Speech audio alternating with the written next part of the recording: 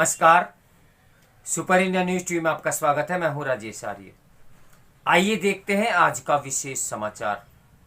झूठे आरोपों को सच मानने की प्रवृत्ति, समानता का संघर्ष बुरे और अच्छे के भेद पर टिका होना चाहिए, न कि स्त्री और पुरुष के अंतर पर। महिला विरोधी अपराधों के मामले में झूठी शिकायतों का सिलसिला खत्म होने का नाम नहीं ले रहा है।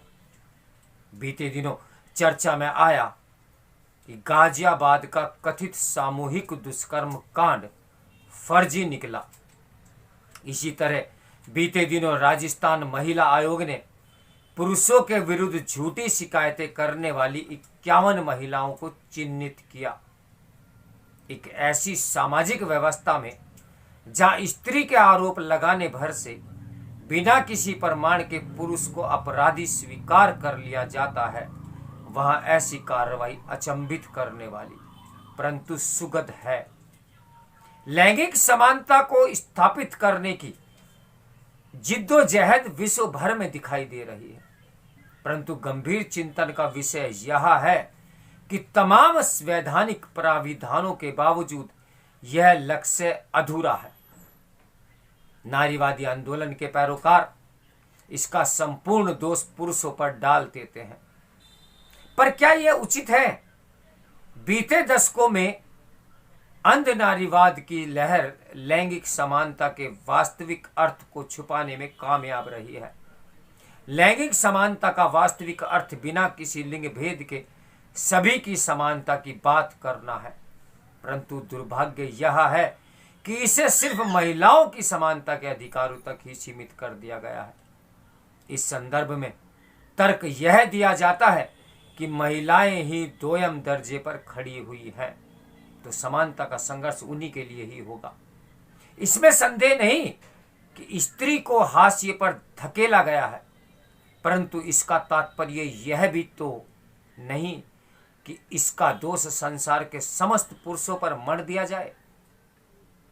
नारीवादी समर्थकों ने पुरुष को निरंतर खलनायक के रूप में चिन्हित किया है, बिना इसी तथ्य पर विचार किए कि देश चाहे कोई भी हो, पुरुष और स्त्री के सामंजस्य के बगैर समाज स्थिर नहीं रह सकता।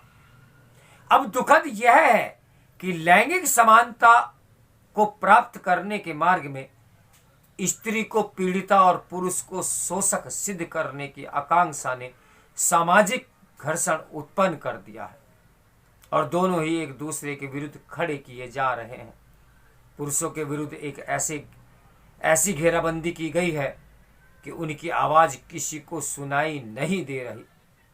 अगर यह सत्य नहीं है तो क्यों विधि निर्माण करते समय अनुच्छेद 14 जो किसी भी व्यक्ति के समक्ष समानता या कानूनों के समान संरक्षण से वंचित नहीं करने की बात करता है, कि अवहेलना की गई? क्यों इस पर विचार नहीं किया गया कि किसी एक के अधिकारों का संरक्षण दूसरे का अधिकारों का भक्षण न करता हो? इसी साल जून में केरल हाई कोर्ट में न्यायमूर्ति मोहम्मद मुश्ताक के नेतृत्व वाली पीठ ने एक मामले में कहा था कि भारतीय दंड संहिता की धारा 376 लैंगिक रूप से समान नहीं है। कोर्ट ने चिंता व्यक्त की कि अगर कोई महिला शादी के झूठे वादे के तहत किसी पुरुष को झांसा देती है तो उस पर मुकदमा नहीं चलाया जा सकता, लेकिन इसी बात के लिए पुरुष पर मुकदमा किया जा सकता है। कोर्ट ने यह भी कहा कि ऐसे कानून को लैंगिक समानता की जरूरत है, जैसा कि अपेक्षित था। कोर्ट के इस विचार पर विरोधी स्वर मुखर हो गए। सत्य को नकारने की जिद ने इस वास्तविकता को भी दरकिनार कर दिया है कि तटस्थ कानून के अभाव ने भारत में पुरुषों के विरुद्ध झूठे दावों और आरोपों का अंबार लगा दिया है। अगस्त 2021 में दिल्ली उच्च न्यायालय ने दुष्कर्म के झूठे मामलों की खतरनाक वृद्धि पर अपनी चिंता जाहिर करते हुए कहा था कि ऐसे मामले शिकायतकर्ता की मांगों के आगे झुकने के लिए दर्ज किए जा रहे हैं। ये टिप्पणी परिदृश्य को तब तक नहीं बदल पाएगी जब तक लिंग निरपेक्ष कानून बनाने पर गंभीरता से विचार नहीं किया जाएगा। उल्लेखनीय है कि 2006 का प्रिया पटेल बनाम मध्य प्रदेश वह मामला था जिसमें सबसे पहले लिंग निरपेक्ष कानून होने की मांग उठी थी। विधि आयोग की 172वीं रिपोर्ट में भारतीय दंड संहिता की धारा 375 दुष्कर्म में अपराध के दायरे को व्यापक बनाने और उसे लिंग निरपेक्ष बनाने के लिए बदलाव की सिफारिश की थी। इसी तरह का प्रस्ताव जस्टिस वर्मा कमेटी ने भी रखा था, परंतु ये सारी सिफारिशें कागजों तक ही सीमित होकर रह गई। महिलाओं को यौन अपराध के विरुद्ध संरक्षण समाज का दायित्व तो है, लेकिन इसके साथ ही न्याय और प्रशासन को यह समझना होगा कि उनके द्वारा लगाए गए हर आरोप को सत्य मानने की प्रवृत्ति सिर्फ पुरुषों के लिए ही घातक नहीं है, अपितु लैंगिक समानता के संघर्ष को पीछे धकेलने का भी एक प्रमुख कारण है। मीटू अभियान ने यकीनन उन पुरुषों के चेहरों से नकाब उतारे जिन्होंने अपने धन और बल के चलते महिलाओं का शोषण किया, परंतु कुछ चेहरे ऐसे भी उभरे जिन्होंने अपने विशिष्ट उद्देश्य की पूर्ति के लिए पुरुषों पर झूठे आरोप मढ़ दिए।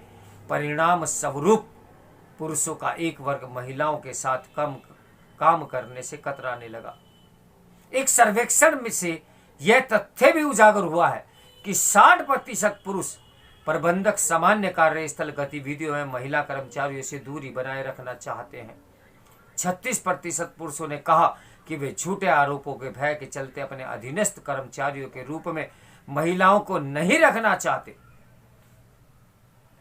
कट्टरपंथी नारीवादी समर्थकों को यह समझना जरूरी है कि स्त्री पुरुष के बीच विभेद की जो विध्वंसक रेखा उन्होंने खींची है वे किसी के लिए भी हितकारी नहीं।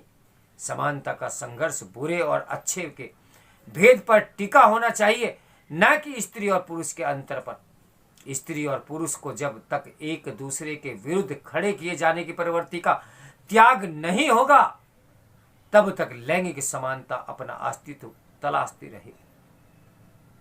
तो मेरे साथ बने रहिए सुपर इंडिया न्यूज टीवी की ब्रेकिंग न्यूज के लिए। नमस्कार, मैं हूं राजेश आर्या।